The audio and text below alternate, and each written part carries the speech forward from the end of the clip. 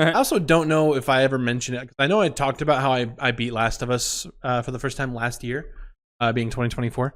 But I don't know if I ever stated my opinion on where it should go on this list. Because was this the first or second game? This was the first game we ever First game you ever played? Oh, yeah, it was, yeah. Yeah. Because then after that, it was Chrono Trigger, and then Resident Evil 4, right?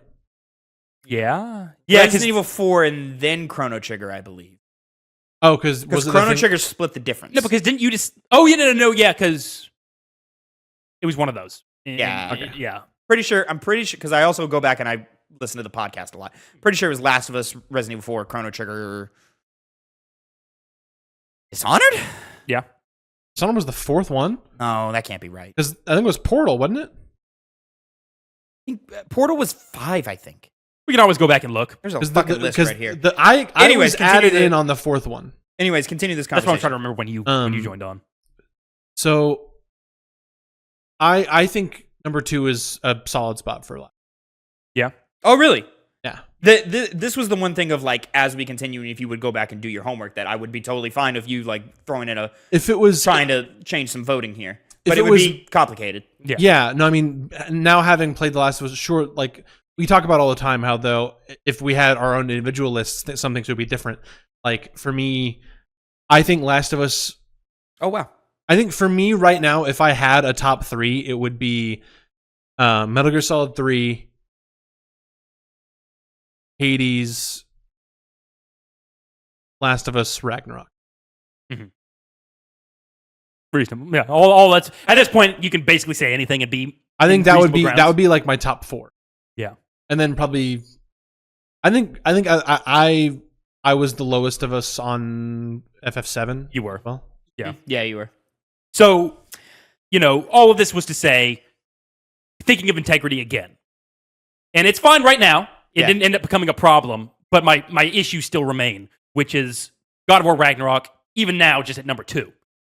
Solely because even though, there's the integrity of, well, we want to stick to our words, but that's a game where I feel like we've definitively, and you've kind of confirmed that as well, it shouldn't be in that position.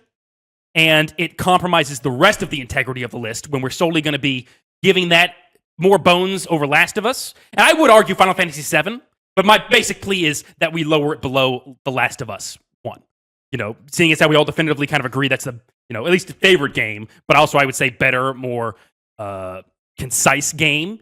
And when you get to later down the line, it's easier now that it's no longer the number 1 spot, but you're still running into the problem of, well, how many games are going to be... The Last of Us seems kind of definitively better as time has gone by, and shades have been unveiled that it deserves to be over God of War Ragnarok definitively, and the structure of the list from here on out will lack that integrity solely because of maybe more about stubbornness to change things rather than integrity. And so my plea is that I was going to come in here and say, put it below Final Fantasy VII, but as you said, I think I still have the same strength of my argument to say we should just move it below The Last of Us. I think I would be okay with the new top 3 being MGS3, Last of Us, God of War Ragnarok. I hear you. I think it's fair to say that there is a chance that we were victims of the moment with God of War Ragnarok. Kratos is still the most well-written character in all video games. Oh, yeah. And I still think Ragnarok is... like Last of Us, yes, has a better story and narrative than Ragnarok, but not by that much.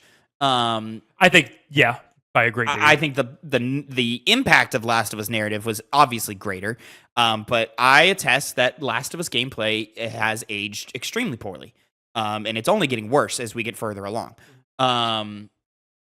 And Ragnarok's, I think, you disagree with me on some level, but I do believe those new 2 God of War games walk that great balance of difficult challenge versus ease of play, and it walks that fine line really, really well.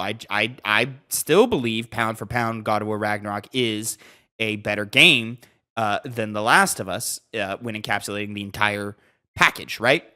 Okay. I think its side content is superb. I think its design is superb. It looks great. It plays great. Tavin, you're right. I was talking crazy. I was talking crazy. But- it stays where it is. But I will allow a change, Phil, dependent upon you. No, you've just walked me back. No, now I have to make an argument, of course. Okay. First of all, I feel like I'll go back to emotional weight now that I was going off Here that we go. about This guy only caring about three things. I feel I was mentioned. Life. I should get a rebuttal. Let me get another word off of the other 200 words I just had. Yes. My point is, though, the character moments, not just with Ellie and Joel, I'm talking every character, has far more weight than beyond Kratos in God of War Ragnarok. No. I think the closest that comes to that is Sindri and the tumultuous stuff that he goes on. You're only caring when something bad happens to them. What? That's my argument against you right now. Is you only No. supposedly care about Kratos and Sindri here because they go through loss in the game. But Kratos goes through loss? to me, I don't even think of fucking Sindri in when I think of moments in that game. I think of Kratos and Atreus in the tent.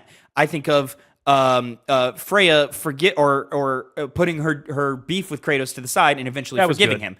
I think of all the Mimir stuff. I think of the Atreus' journey and learning to journey and growth. Be self-sufficient. Though I didn't like that specific section of the game, I did like the relationship between Atreus and Grabota. And the twist with Tyr is a great twist. Oh yeah, and rewards the player later on if that player does all the side shit and finds him in the prison. And the moment with Brock in where he creates the Draupnir spear for Kratos. Yeah. But once again, I concede The Last of Us better. I just don't think it's that much better when we're only speaking this specific category. But when we take game as a whole, I think God of War is better. Mm-hmm. God of War also has better level design. I think the big part of that, you said gameplay kind of has aged with Last of Us. Uh-huh. It's kind of hard for me to say that because I feel like that more rugged gameplay combined with the short length of the game benefits better than basically God of War being bolstered entirely by its weapons rather than the combat feel of the game and the design of bosses. Bosses specifically, like as I've gone by, I'm like, what's a good boss in God of War Ragnarok? And I've decided almost none. Like a lot of them just become very whack and press the square button over and over again and do an easy dodge system. Teleporting snake. What? That sucks. Yeah. That's awesome. What do you mean? That's what I think about most, where it's like, hey, I'm going to remind you what to do every 5 seconds. And it's just like, it adds to the whole entire idea of like, this game's just like brain dead stupid in terms of how you go through the gameplay. Rather than like the good feeling weapons and how they perform in the game itself. That once that magic goes away, the Draupnir spear holds that up the most because it's put in the story to the point where you're really getting tired of just, okay, this is God of War 2018 combat redone over and over and over again. And you're like, oh, something fresh and new. But it kind of starts going away even then by the end. But I have to disagree that it's just God of War 2018 combat over and over again because they add so many tweaks to the axe and the blades and how they help you like traverse around the world or the combat arenas rather, and the new abilities that you get with them. I think that helps propel it higher than God of War 2018. I think that helps differentiate it more. Mm-hmm. Like. And I also think enemy design is more varied and better in Ragnarok. Absolutely. And also the addition of the Draupnir spear just adds another additional layer to all of that. I think it's more than just, oh, I'm doing the same thing I did in God of War 2018. Oh, and then they give me a spear, an extra weapon. But it feels almost like that, not that the Blades of Chaos and that the Leviathan Axe are completely different weapons, but they're like the 1.5 versions of the 2018 versions of those.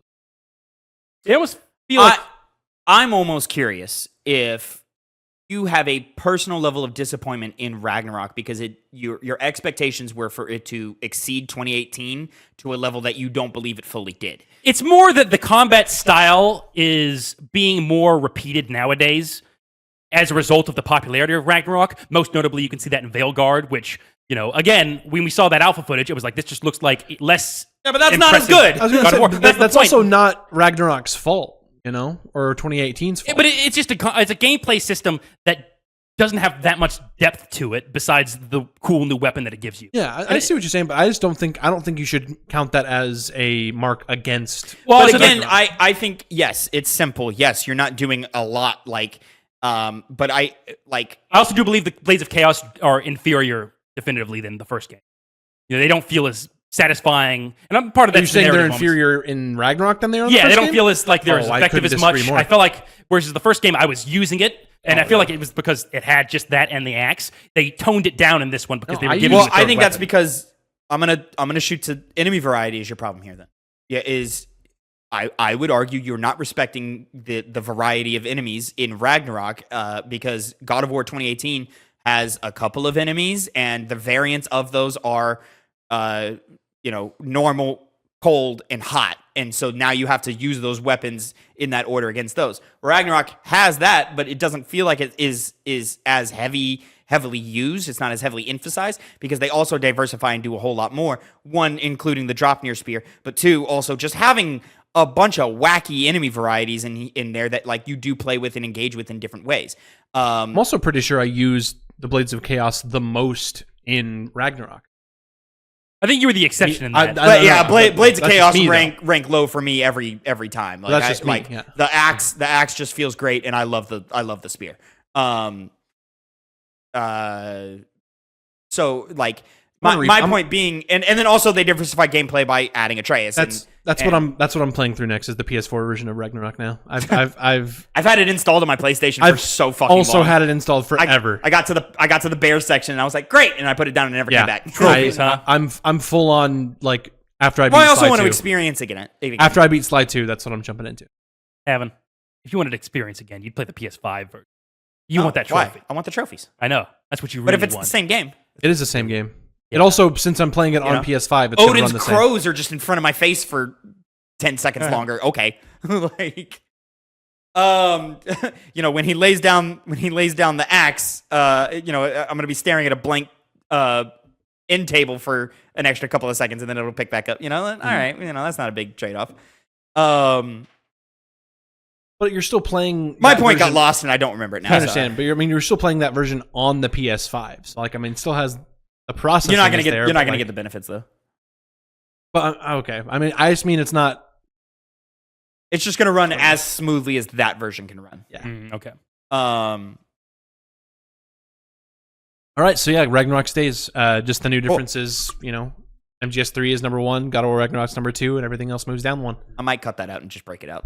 Yeah, That was a good conversation. It was fun. It was a good conversation, but it added an extra 20-something minutes to the onto our other already podcast, long thing.